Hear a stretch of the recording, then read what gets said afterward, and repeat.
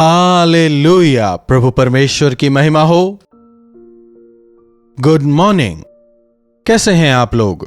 क्या उठ गए हैं या अभी भी बिस्तर पर हैं? क्या कर रहे हैं आप लोग अभी? सोशल मीडिया ऑन करके इधर उधर की बात देखने का क्या फायदा? हर रोज हम प्रभु के वचन को यहां सुन रहे हैं ना, तो आइए आज भी प्रभु के वचनों को सुने, अपने विश्वास में हम दृढ़ होते चले जाएं और प्रभु के गवाह होकर हम जिएं। छोटी प्रार्थना से शुरू करते हैं। महापवित्र परमेश्वर प्रभु, आज हम संसार में जहां कहीं नजर घुमाएं अराजकता ही नजर आती है। इस अव्यवस्था के बीच आपके गवाह होकर जीने के लिए अपने वचन को हमें दें। प्रार्थना यीशु के नाम से मांगते हैं, आमीन। प्रभु की महिमा हो। क्या कहा? अरे कहां है परमेश्वर? अगर वास्तव में परमेश्वर होते तो संसार में अन्याय क्यों होता? अच्छे लोग आज परेशान हो रहे हैं, धर्मियों को सताया जा रहा है और दुष्ट तो पनपते जा रहे हैं ना। ऐसा कहते हुए आज कई लोग अविश्वासी होते जा रहे हैं। वास्तव में अगर प्रभु हैं तो फिर यह कष्ट क्यों? विश्वास करने वालों पर यह सताव क्यों? क्या आप इन सवालों से घिरे हैं? अगर आप बाइबल को पढ़ें, हम सच्चाई को समझने पाएंगे। परमेश्वर ने आदि मानव आदम और हव्वा की सृष्टि की। उन्होंने परमेश्वर की आज्ञा माने बिना शैतान को स्थान दिया, जिसके जरिए पाप ने संसार में प्रवेश किया। सब कुछ प्रभु ही का है। जब प्रभु ने सृजा तो सब कुछ प्रभु का हुआ ना।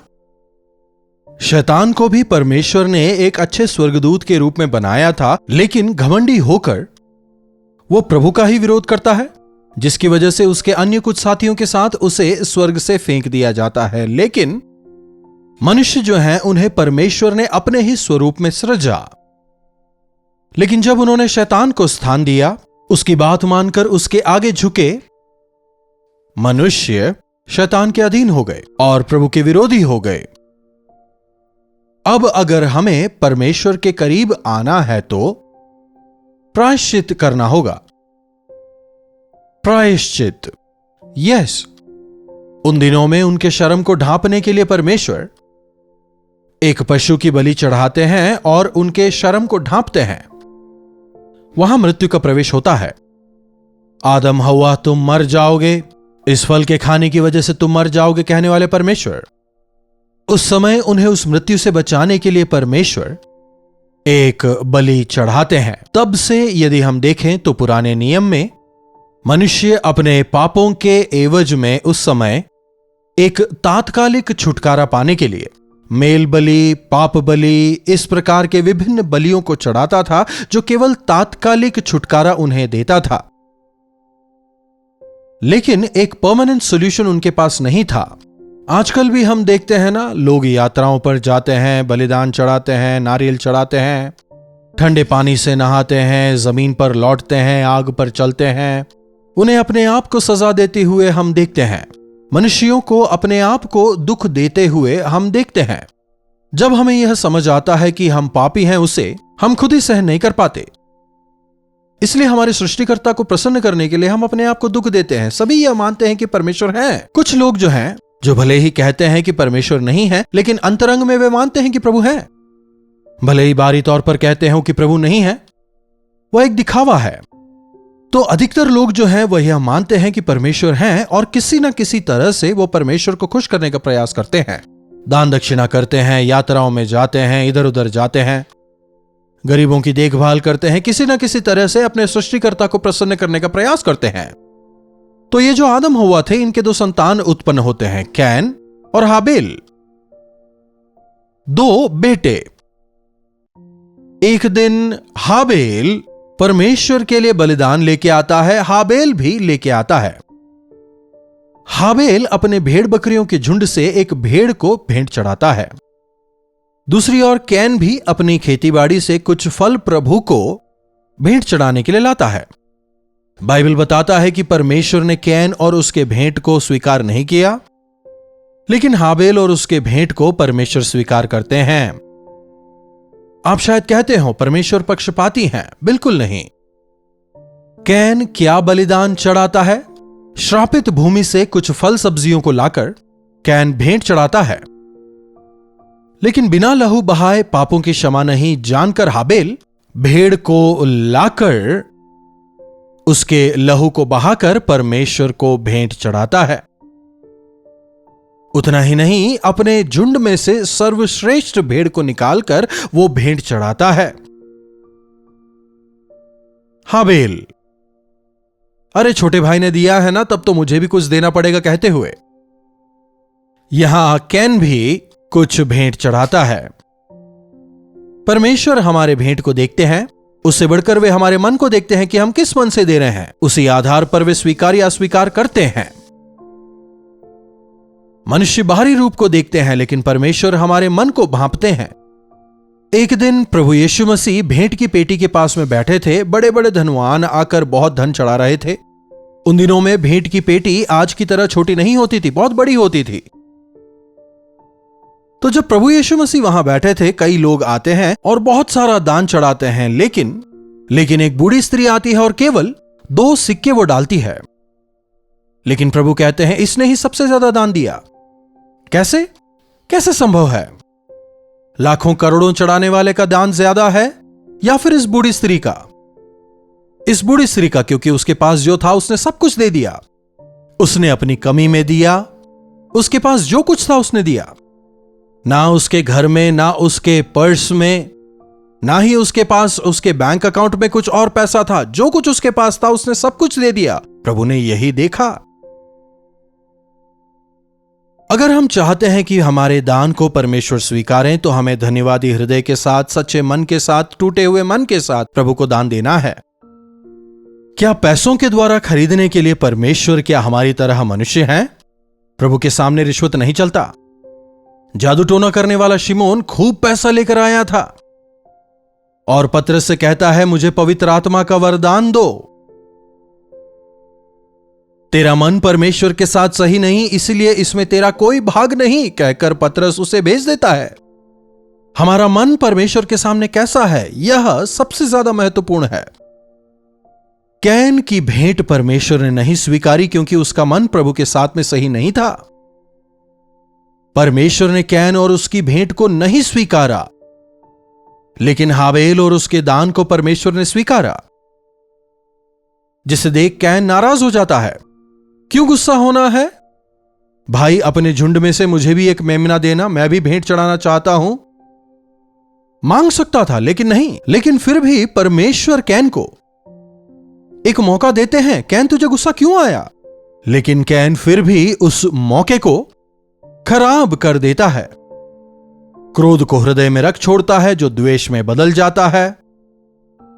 एक दिन आता है जब हाबेल उसे नजर आता है। गुस्से में आकर कैन उसकी हत्या कर देता है। कैसी दरिद्रता! गलती किसने की थी? दोष लगाने वाला जो मन था, वो किसका मन था? गुस्सा किसे आया था?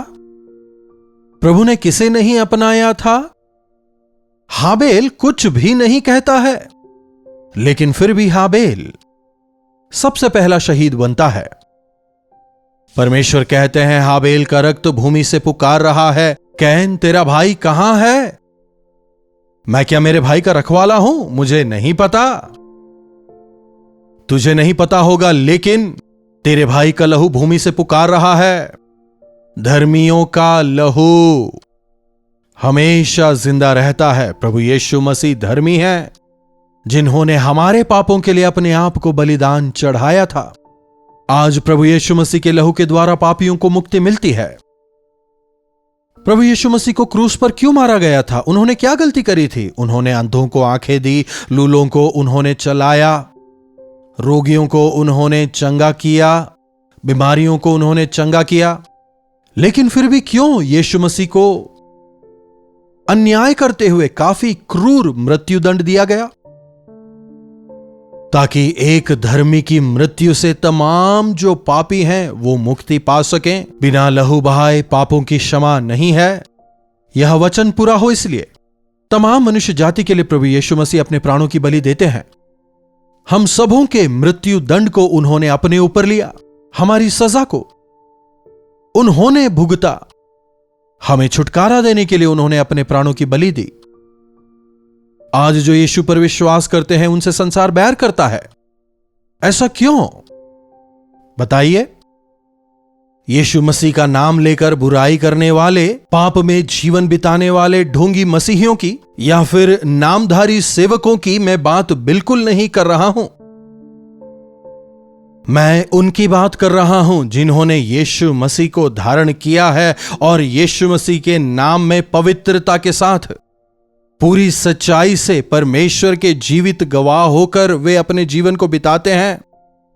चोरी नहीं करते, पाप नहीं करते, झूठी गवाही नहीं देते, रिश्वत नहीं लेते हैं, सरकारी मुलाजिम हैं लेकिन फिर भी वे कोई गलत हस्ताक्षर पैसा लेकर नहीं करते, क्योंकि उन्होंने अपने जीवन में प्रभु यीशु मसीह को प्रथम स्थान दिया है।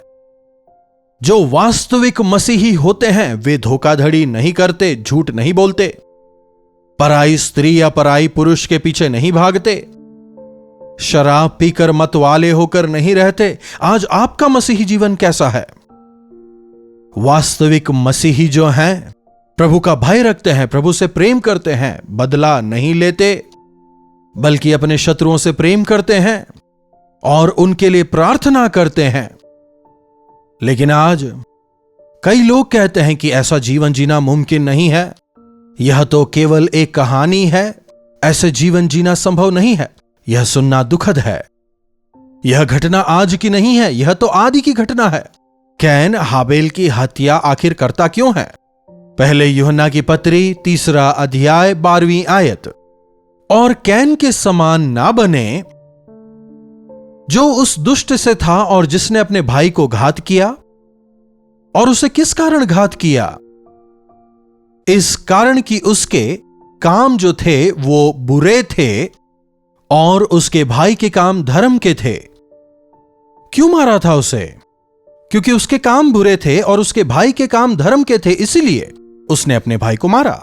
तब से लेकर आज तक इस संसार में अन्याय की ही जीत होती है। धर्मियों को सताया जाता है और अन्यायी राज्य करते हैं, अधिकार करते हैं। यह संसार जो है दुष्टता को खोजता है। उन दिनों में बरअब्बा, जो कि एक कैदी था, एक हत्यारा था, देशद्रोही था। क्या तुम्हें बरअब्बा चाहिए या फिर तुम्हें यीशु चाहिए? जब उन दिनों में पिलातुस पूछता है, लोग क्या मांगते हैं? हमें बरअब्बा ही चाहिए। कोई बात नहीं, भले ही वो हत्यारा है, चलेगा। वो बाहर आकर भले ही हमारी हानि करे, चलेगा। हमें दुष्टता ही चाहिए, हमें बुराई ही चाहिए, हमें धोखा ही चाहिए, हमें झूठ ही चाहिए, अन्याय ही चाहिए। उन दिनों से लेकर आज तक बुराई ही खोजते हैं, पतित मनुष्य पाप को ही चुनते हैं।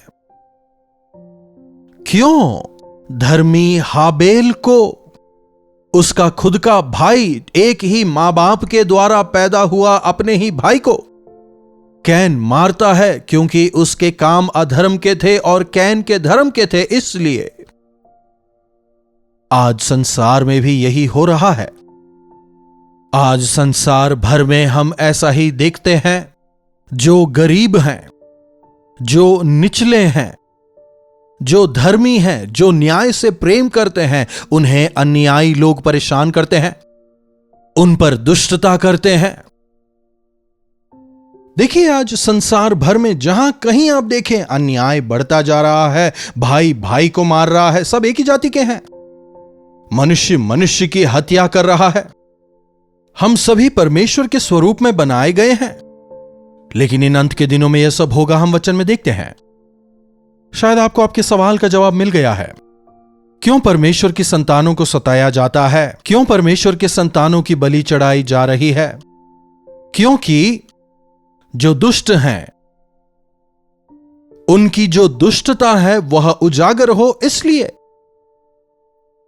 दुष्ट अपनी दुष्टता जो है वह पूरी तरह बाहर दिखाई जाए। दुष्ट जो हैं वह धर्मियों के धर्म के कार्य को पूरी तरह ढांप देते हैं और इसके जरिए उनकी दुष्टता उनका द्वेष नजर आता है।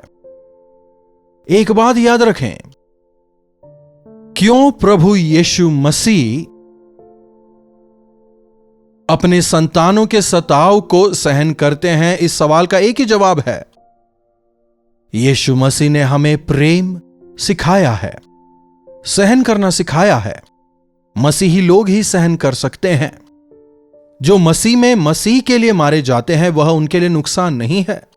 हो सकता है कोई अपने फायदे के लिए आपकी हत्या करे, हो सकता है इस संसार में उसके लिए यह फायदा नजर आए, लेकिन वो आपको एक बेहतर स्थान में भेज रहा है जहां स्वर्ग में आपके लिए एक बहुत बड़ा प्रतिफल इंतजार कर रहा है। दुष्टों का अंत तो फिर क्यों नहीं होता? दुष्टों की मृत्यु से मैं प्रसन्न नहीं होता, बल्कि मैं चाहता हूं कि वे मन फिराएं और अपने दुष्ट मार्गों से फिरें। दुष्ट यदि मरेंगे तो वे अनंत नरक में जाएंगे, वहीं जब प्रभु की संतान की मृत्यु होती है तो वे स्वर्ग में जाते हैं। हां, हो सकता है संसार में हमें दर्द और सताव सहन करना पड़ता हो, लेकिन यदि हम यह विश्वास कर सकें कि इसकी अनुमति प्रभु ने हमारे लिए दी है तो हम अपने विश्वास की रखवाली करने पाएंगे।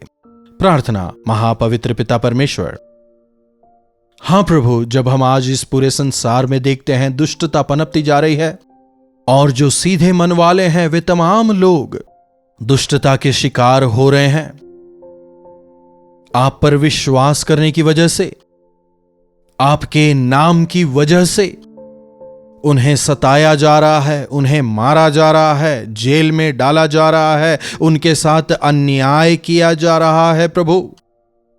लेकिन प्रभु हमारी मदद करें कि अंत तक हम हमारे विश्वास की रक्षा करने पाएं और आपके जीवित गवाह होकर हम जीने पाएं। प्रार्थना यीशु के नाम से मांगते हैं, आमीन। अब हमारे पिता परमेश्वर का प्रेम, प्रभु यीशु मसीह का अनुग्रह, पवित्र आत्मा की संगति और सहभागिता हमें से प्रत्येक के साथ आज, कल और सर्वदा बनी रहे, आमीन। प्रभु की महिमा हो। अपने प्रार्थना विषयों को आप हमें 9884907779 पर व्हाट्सएप या वॉइस मैसेज द्वारा भेज सकते हैं। हम आपके लिए, आपके साथ मिलकर आपके छुटकारे के लिए प्रार्थना करना चाहेंगे। प्रभु आप सबों को आशीष दें।